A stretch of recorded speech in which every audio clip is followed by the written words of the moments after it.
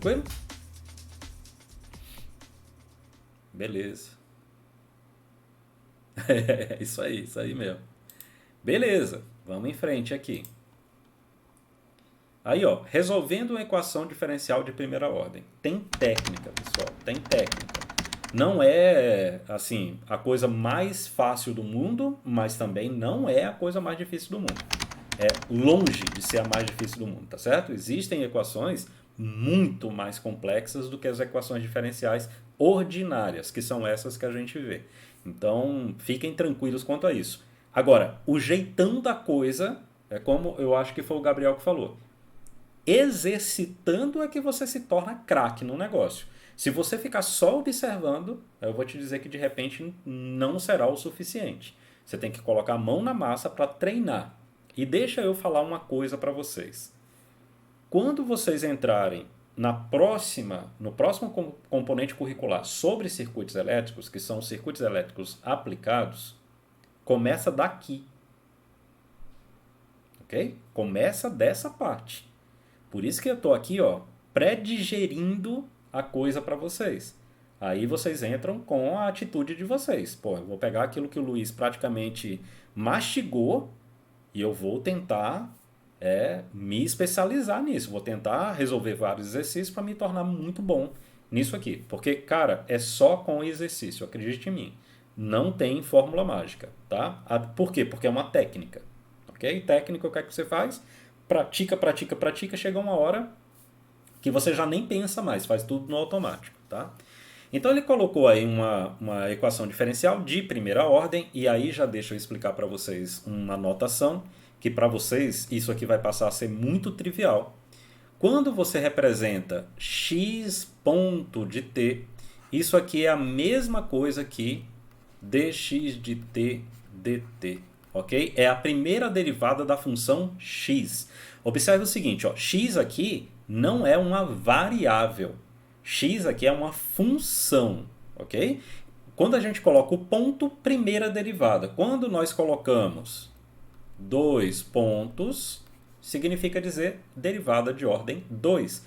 d2x de t, dt2. É isso, ok? E vocês vão ver isso aqui na disciplina de controle, sistema de controle, na disciplina de controle digital, na disciplina de circuitos elétricos aplicados. Portanto, já estou dando aqui umas dicas para vocês aqui, para vocês não se perturbarem na hora que esses símbolos começarem a pular, né, da página do livro, né, porque semestre que vem, se Deus quiser, a gente vai estar presencial, da página do livro ou da tela do computador na sua cara, para você não se assustar com isso, tá bom? Então ele coloca lá, ó, x ponto de t mais 1 sobre tal, esse tal é a constante de tempo do circuito que eu venho falando, x de t igual a f de t. Lembrem que as funções que nós vimos têm esse formato, tá aqui, ó. O x aqui é o v. O x aqui é o v. Quem é a constante de tempo? RC. Quem é a constante de tempo aqui, ó? L sobre R. Ah, mas por que é L sobre R se está aparecendo R sobre L?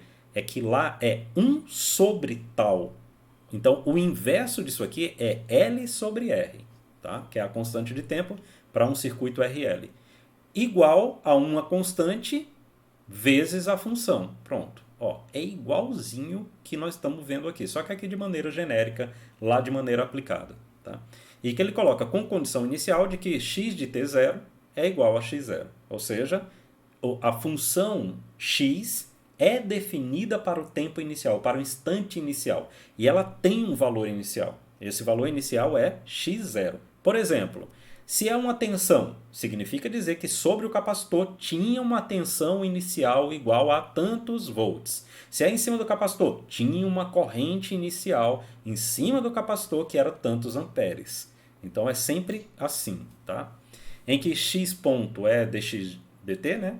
Xt é a função incógnita, tal é uma constante real diferente de zero. Nos circuitos a gente chama de constante de tempo.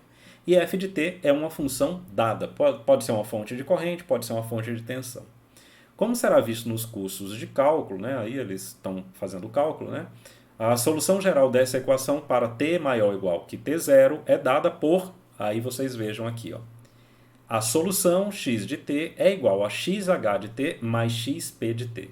Ok? ok? XH mais XP. Nós vamos ver o que é cada coisa dessa.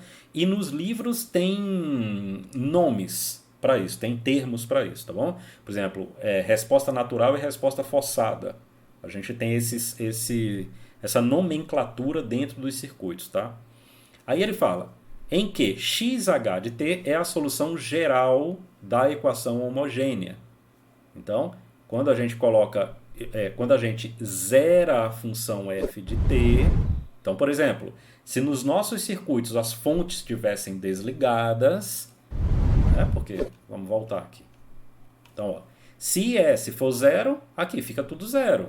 Se V aqui, ES, fosse zero, aqui ficaria zero. Então, ele diz que isso aí é a resposta da homogênea. Então, o que é homogênea?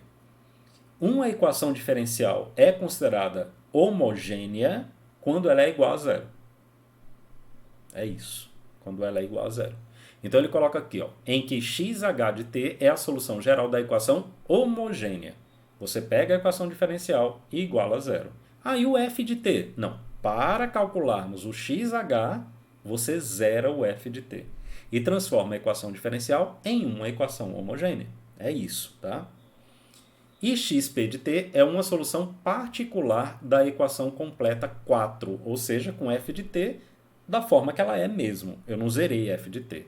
A seguir, vamos obter o xh de t e o xp de t. Então, vamos ver aqui. Ó. Solução homogênea. Então, quando você iguala isso aqui a zero, vamos só fazer o raciocínio aqui, para vocês verem que não é nada, não é nem um bicho de sete cabeças. Ó.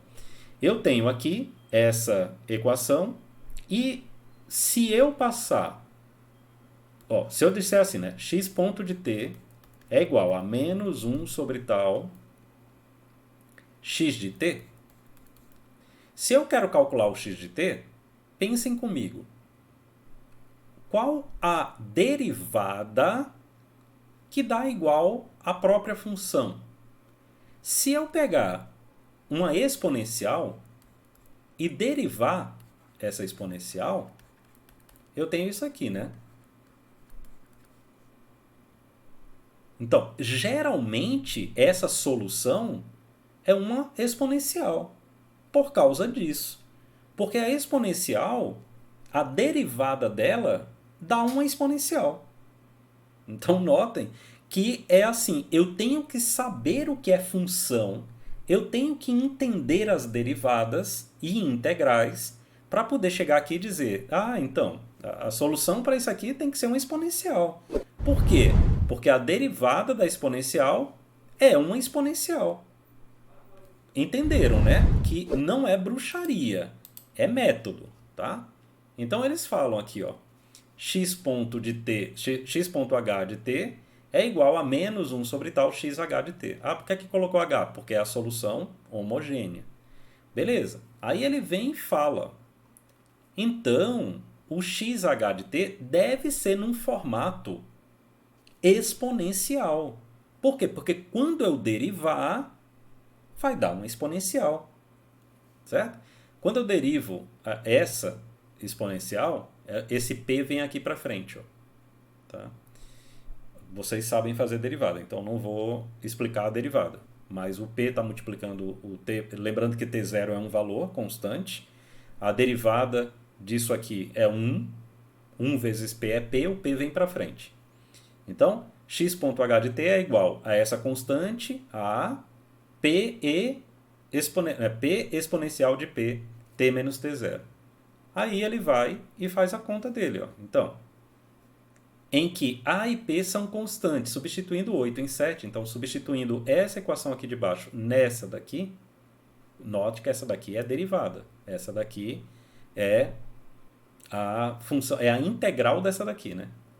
Então ele coloca aqui, ó, a exponencial de p, t menos t0, vezes p mais 1 sobre tal. Mas de onde que veio isso aqui, Luiz? Ó. Então vamos lá. Nós tínhamos que x.h de t mais 1 sobre tal xh de t era igual a zero. Aí ele está dizendo que o x ponto é nesse formato. Então ele coloca aqui, ó, a P exponencial de P t menos t0 mais 1 sobre tal xh. xh é esse cara aqui, ó. A exponencial de pt menos t0 igual a zero. Tá vendo? Aí ele colocou o quê? O que é que eu tenho em comum?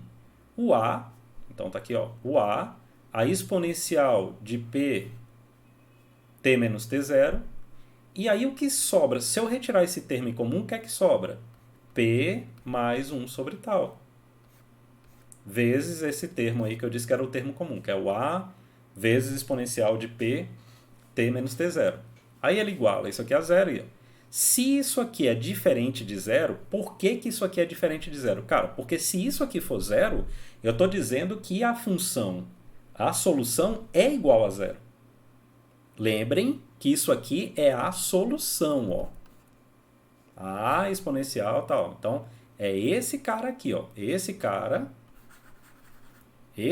aqui é a solução. Ele não pode ser zero. Eu não posso dizer que ele é zero. Então, o que tem que ser zero é esse cara. Então, o P tem que ser menos 1 sobre tal. Então, quem é o XH? Você vai lá no P e substitui menos 1 sobre tal. E ele vira isso aqui, ó. Ah, mas quanto é essa constante A? Bom, essa constante A a gente consegue resolvê-la quando a gente colocar o valor inicial da função e tal. Quando a gente tiver todos os dados numéricos, a gente consegue encontrar essa constante A que está aí, tá bom? Ele colocou de forma genérica, mas a gente consegue encontrar fácil, não é nada difícil, tá? Beleza?